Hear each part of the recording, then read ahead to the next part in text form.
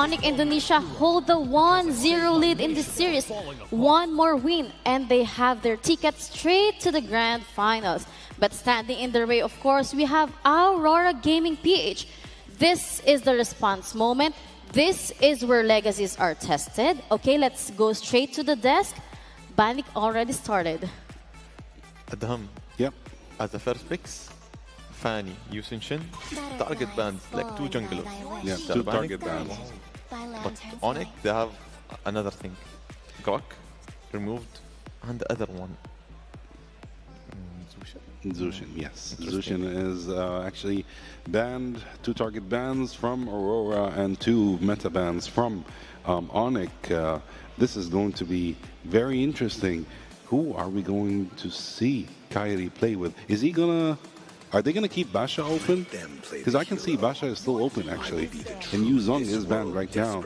And the last ban from Onic might be another fighter or a roamer. Zushin out, Yuzong. Still Basha open. Yeah.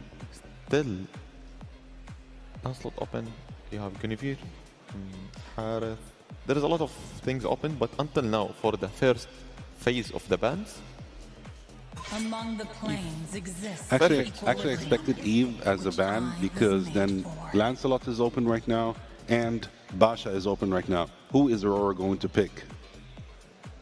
That is the question right now because these two junglers are top meta junglers.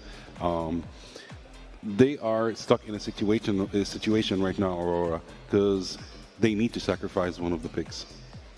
until now, they sacrificed Eve pick for Onic. Like Onic, they banned Eve, but I think they will go for another one. They have Lunox, they have Farsa. It's still open. Yeah, but still, now we're in the pick phase, so they picked Lancelot. So they are actually, actually Onic might go for Basha, or they might surprise us with a new jungler pick. Basha open.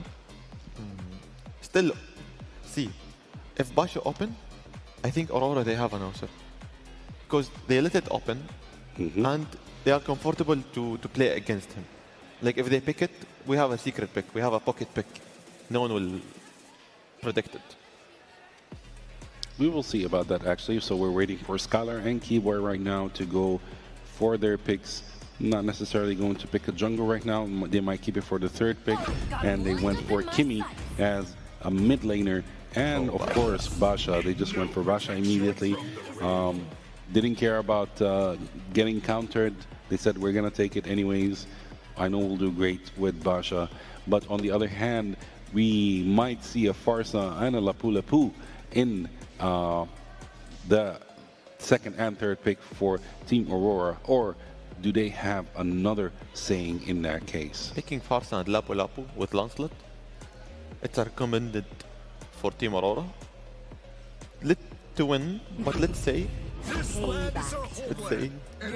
but for Team Onic, picking Kimmy and Basha and Esmeralda for 3 picks. Like it's a reply to Esmeralda versus Lapu Lapu and Basha as a jungler versus Lancelot. And for Farsa, I need to see, because using a band and they picked Farsa for it. It's perfect for them. And Eve, it's banned, but they played just last game with Onic. Yeah. They banned Eve. Yes, that is very true. Right now we are in the second ban phase. We still have lots of heroes that might get banned, like Gatotkacha, like Ruby, like Xborg. We have Harith also open as a gold laner because none of the teams picked a gold laner yet. They went for a carry. That means they might actually go for kind of a tanky team, mostly a tanky team, or they might be tricking them. Giving them an idea that they're going tanky, but they will go for burst damage. We are waiting for that. Wow, a Helkert ban. This is the first time we see Helkert getting banned. This is target ban. This is a target ban for sure. They felt like Kyrie might actually... no, actually it's not, because I would say Helkert is mostly used as a jungler. So I'm surprised. Why did they go for Helkert? Did actually Onic think of going for for example, a gold laner Hellclart or a roamer Hellclart. I doubt it, but you know, of course, Aurora understands this more than I do, than both of us. You know, so they've done their homework. They know who might they go for. But in the last ban phase, we're waiting for the last ban from Kyrie. He went for Moskov. Maybe that's why actually they actually went for a Hellclart ban, because they wanted to go for Moskov, and Onic understood that trick, so they banned him in the process as well. So they won't give a chance to Aurora to go for Moskov. Very smart. But still, we have actually Claude and we have Harith in the gold lane. So will Light from Aurora ban any of these two, or will he go for a different ban? We will see. I want to see Harith in the game as last game. Also, Khalid is open.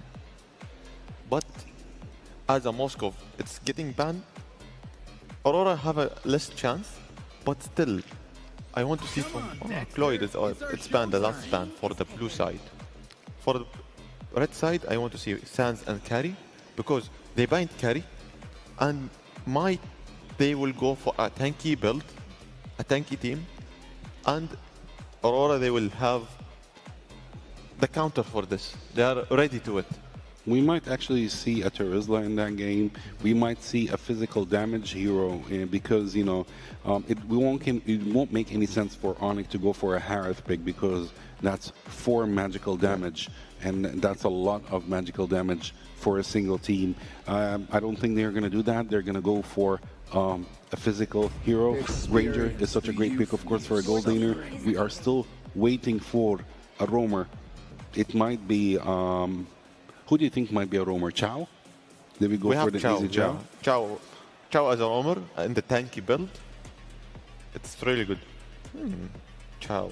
They actually Aurora. Chow as a roamer. Yeah, actually Aurora took Chow.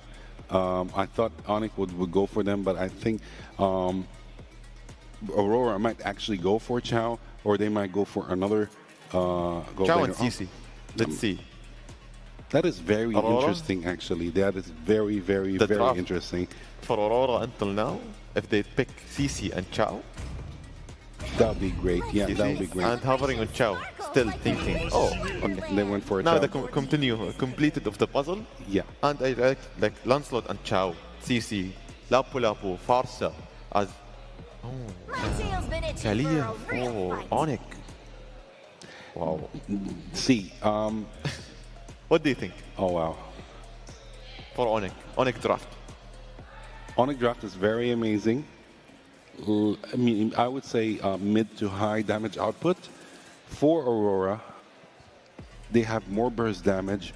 They have more sustainability as well. This is not going to be an easy game for both. It's a close draft for both. It's a high skill game actually for both teams. It's going to be a very, very, very high skill game for both teams. Any mistake is not going to be forgivable. I want to see Aurora how they will focus on their macros more. We will see. We'll see about that. All right, the tension is rising here, and the series could be decided right here, right now. Let's send it over to our casters to bring you Game 2 of Onic Indonesia versus Aurora Gaming PH. This could be the game that sends us to the grand finals. Casters, take it away. Thank you again, panel, for breaking it down. Here we are, Game 2. And this time around, we're going to find out if they can even out the series here for Aurora Gaming Philippines to get to a Game 3. Honestly, rock hard, that's how we want it. You know, we want these semifinal matches to go the distance. They've got the lineup to be able to do it. I feel like there was some good adjustments here for Aurora. One being the fact that, you know, they went with their own pickoff potential. That could potentially snowball them into the right direction. Demon Kite really struggled in the previous game on the land slot. Now this time he's up against a utility jungler. We do still see that occasionally, right? Assassin versus utility. And sometimes the assassin gets the upper hand. Sometimes it's the utility, based around this kind of holistic composition that Onic brought. So we'll see if Aurora can actually make some early advantage by potentially getting a first blood. That's true, because it is going to be double marksman basically versus double fighter, right? So this is something that is going to be I don't know, maybe meta shift creating, depending on how well either one performs. We'll see maybe if, double fighter actually is the way to go, right? Or maybe we'll see if, having a Granger and a Kimi on your lineup actually makes it so difficult for these double fighters to perform. So those are things I'm actually looking forward to in this matchup. But you're absolutely right. Like, so much is just up in the air for this game. And again, Aurora Gaming has that little bit of an early advantage maybe, but it's not much. Yeah, not much to deal with. Part of it, though, is like this lineup, for the most part, yes, it's Edward on the Lapu Lapu again. It's a Demon Kite on the Lancelot.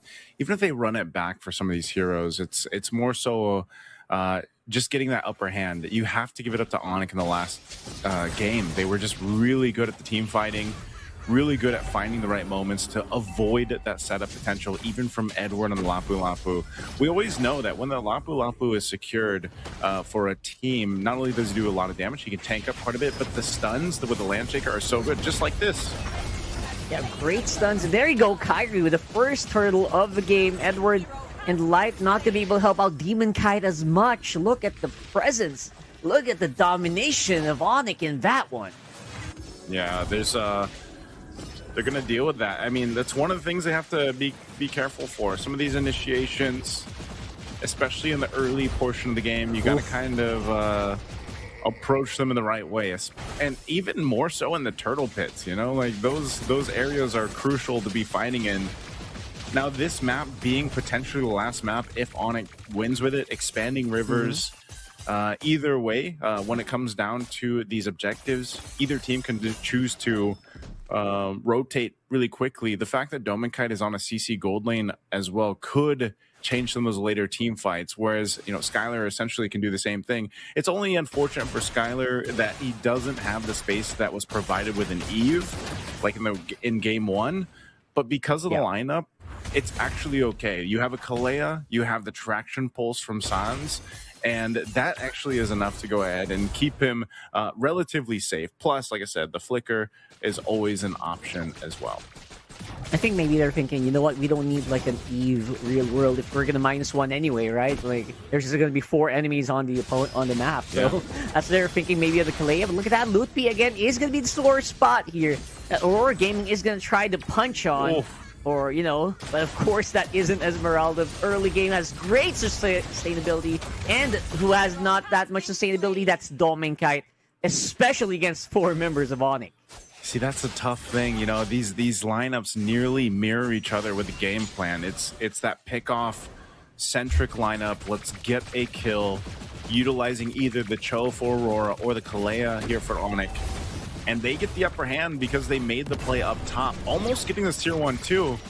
Traction pulse thrown out. A few more hits would have actually been huge for Sans there, but Yue going to be able to dodge out. Again, Edward going to be using the Bravest Fighter and the Flicker to get out of harm's way, which just leaves the map wide open for Onic to take that turtle. Man, Rockhart, it just seems like right now it's either Aurora Gaming Philippines is just not synced up like we've seen them in the previous matches, or it's just Onic playing so well. It's probably a combination of both.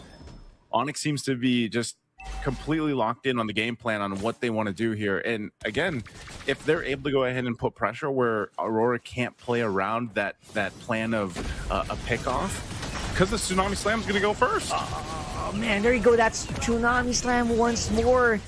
At that point, Dominkite can't even use the Phantom Execution to get out of harm's way. And because of that, this is going to be another turret. That's going to be, turret rather. That's going to be so hard to defend against. Now, of course, there has to be something to give for Aurora. Skylar, maybe absorbing some of Dominkite's hits, buying some time for Kyrie to get back into the fight here alongside Kiboy. That aggression of this duo, this Kalea and this Baksha, so nasty. Kiboy is so locked into the series. There's the kick though. Nice kick from Light, obviously gonna get some kills back, and that is Hans. So Sans going down is gonna be so massive here for Aurora Gaming, and then slowing down that Kimi. That Kimi felt like it was actually starting to like steamroller them, man. Yeah, it's a problem they have to deal with, but nonetheless, right now it's just, Onic is just winning off Keyboy's Kalea. for the most part, it's all been the Tsunami Slam. So now Light's got to go ahead and fill that in. He's done as well. He's got actually a couple kills on this, but it's more so the way they're moving around the map. There's got to be an answer for this, especially as they set up around this next turtle coming up in a couple seconds here. You're seeing it. Demon Kite's going to get spotted out. He's actually having a difficult time this game, just like in game 1. Really getting pressured on his jungle, potentially to try to force him to use a retribution on the purple buff, so he doesn't have it for the turtle, but still, he'll be able to secure this just fine. Onic waits in positioning. Again, same thing. Lootby giving information. Keyboy waiting for that Tsunami Slam. So we'll see how Aurora approaches this. This 3,000 gold difference might play a part into this fight, but turtle secured. Yeah, huge, tricky turtle there, getting secured there by Onic. There goes that team fight. Light not going to be long for that world. Cannot really sustain Skylar's Granger right now, who is just doing insane amounts of damage, even on Edward. That's a double kill for the gold laner of Onic. And not to mention, they also got that turtle. Demon Kite now going to be struggling to even get the jungle camps on his side. Let's see if he gets this orange. He should be able to retreat. Oh, he doesn't get it. Unfortunately, yeah, he doesn't get it, and it's looking even more grim now for Aurora Gaming Philippines here. The way this game is going, 3 turtles now in the hands of Onic, 5,000 up in terms of gold. They have a clear shot at taking the first Lord as well, unless somehow, some way, Aurora finds a way to crawl back into this game. But look at the pressure from Onic. They won't let up on this. And it's, you know, it's a stark difference, at least for the Esmeralda this time, when you see the Esmeralda struggle, but when you see it shine like this and you're able to go ahead, you know, you're deathless, you provide information, a Tsunami Slam again. Oh man, that's a huge Tsunami Slam here, of course. Yue gonna be able to at least answer with the Feather Airstrike. That front line is starting to demolish and diminish on its health. That's Kiboy going down though. Demon Kites are doing some really good mechanics, but the rest of Onic are still inside the front lines. They're not really going back quite yet, but it is gonna be -1. Kiboy's aggression removed from the map might leave an opening for Aurora to make something happen here. That pickoff is great. At least they get a kill. You know, it was a fight that was started off the Tsunami Slam. One of the first steps that Aurora needs to get back into the game. But even looking at the itemization here, there's quite a bit of difference, right? Even the gold lane right now, obviously the CC is going to scale up a lot slower than this Granger with given the way the game's gone. But, you know, you Sky Pierce, Malefic Aurora, Hunter Strike already. That's why Skylar's popping off on the damage. He's got the 4 kills. If he continues to stack up the Sky Piercer, it's going to be devastating in these later fights.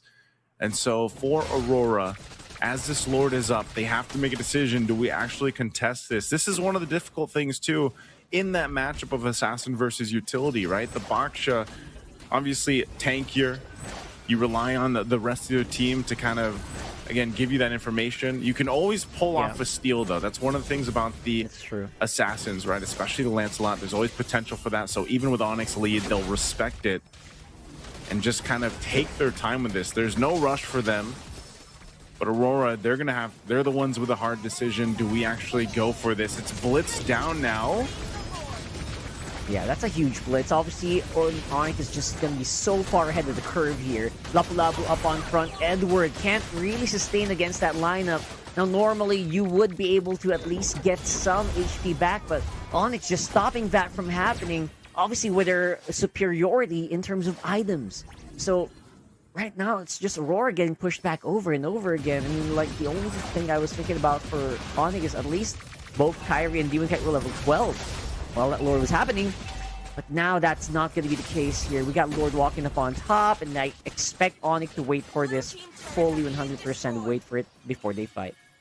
I'm surprised here, Rockhart, that Aurora decided to go ahead and stay around there because it just seemed like, and maybe it was potentially they just didn't have the information, but seemed disconnected even in that approach to that Lord or deciding on what they wanted to do. They're going to go for this kick. Oh, yeah, 100% going to go for it. Better stun here coming in from Edward, but again, once more, just evaporating forth. We can even hit the final blow of that one. And now Kyrie's up on front. Skylar is just going on like a shooting range here or something, because he's just having so much fun on that Granger. Again, there is a Lord on top side. Edwards and Light are down for 15 seconds. That might be a turret or 2 going down for Onic here. Sorry, for Aurora here. So far, massive game for Skylar on this Granger. 7-0-1, untouchable. Stacks on stacks right now for the Skypiercer 2. This Lord will finally go down, but Onic's job is just to get these base turrets down of Aurora. We'll see if they're able to get another one, but right now with a massive lead, 10,000 ahead, do they force a fight or just take the discipline route? It looks like they'll go ahead and do just that. Potentially getting the mid turret. The traction pulse is thrown out. Yep. There you go. One more time. They're going to try to go for it. Again, Aurora being very proactive here on the front line, though. They're absorbing Sun's and Skylar's damage, and it's just too much. There's just so much damage here without anything to actually catch it on the front line. And there you go. That's 2 inhibitor turrets going down for Aurora Gaming here. Again, holding on for dear life. They've been choked out from the resources here, basically here, Rockhart. Now they're going to make a play here in the mid, going for this last base turret. They'll get just that. But with Dominkite coming back up, it looks like they're just going to go ahead and get back here. Lutby has been a nuisance this whole time. He has been the scout for Onic, giving all the information that they need on how they approach these fights. Again, this is what Esmeralda does so well. And, you know, in this case, I don't know, Rockhart, it just seems like the lineup, the composition for Aurora just isn't serving that purpose that they wanted to. Even so, you know, Dominkite picks up a brute force. You're seeing how fast they're getting just taken down. I mean, these team fights, if it's a pick-off, it's a pick-off for Onic, essentially.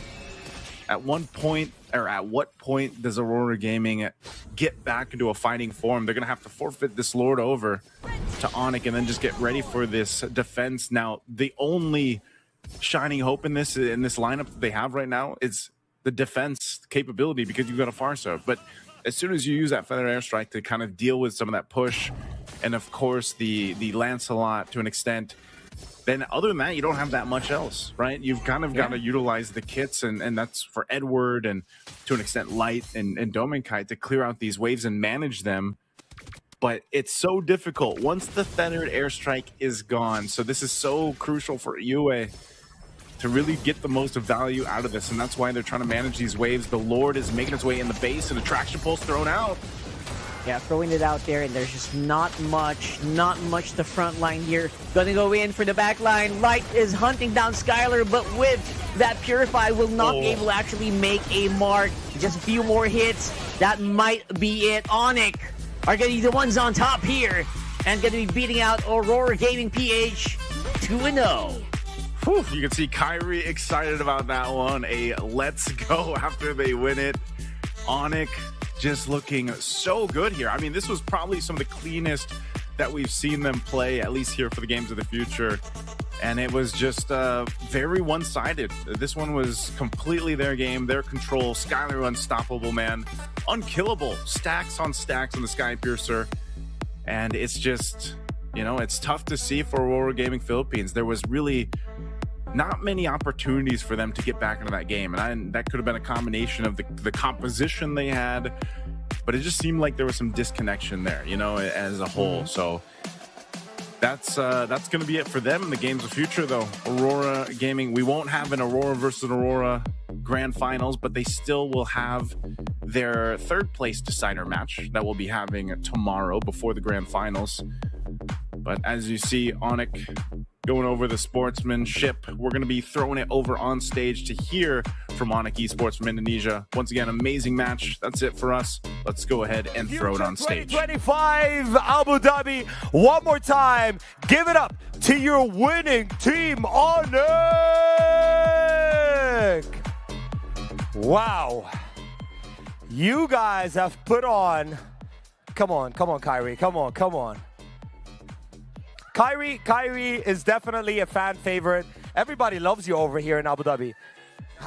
How do you feel like, you know, traveling overseas to come to Abu Dhabi and knowing that you have fans over here, Kyrie? I feel so grateful that a lot of Filipinos here in Abu Dhabi is fans of me. And yeah, it just feels nice. Listen, and this is not just a question for you, a question for everybody. Did you guys know or expect that you're going to come out of this match with a clean 2-0 win? You can ask Kyler. Did you expect that you guys are going to take on 2 back-to-back wins? No, I think we just lucky. Just lucky. All right, now listen, since I have you right here, what's the plan now? Tomorrow is the big final. You guys are no strangers to final. What can we expect from you guys? What's the plan now for the finals? You can answer in Filipino. It's fine. You have a lot of Filipino fans here. No, I'm from Indonesia. Oh, okay. In your language. For apa kayak lu translate aja. Mungkin persiapan kita untuk besok yang lawan Aurora Turki, kita bakal kasih yang terbaik dan semoga ya kita menangkan juga lah besok di grand final. Amazing. Well, listen, I'm not going to keep you guys here for too long. Once again, give it up to your winning team, Onic! Good luck, guys. We'll see you tomorrow, the finals of the MLBB tournament. Good luck.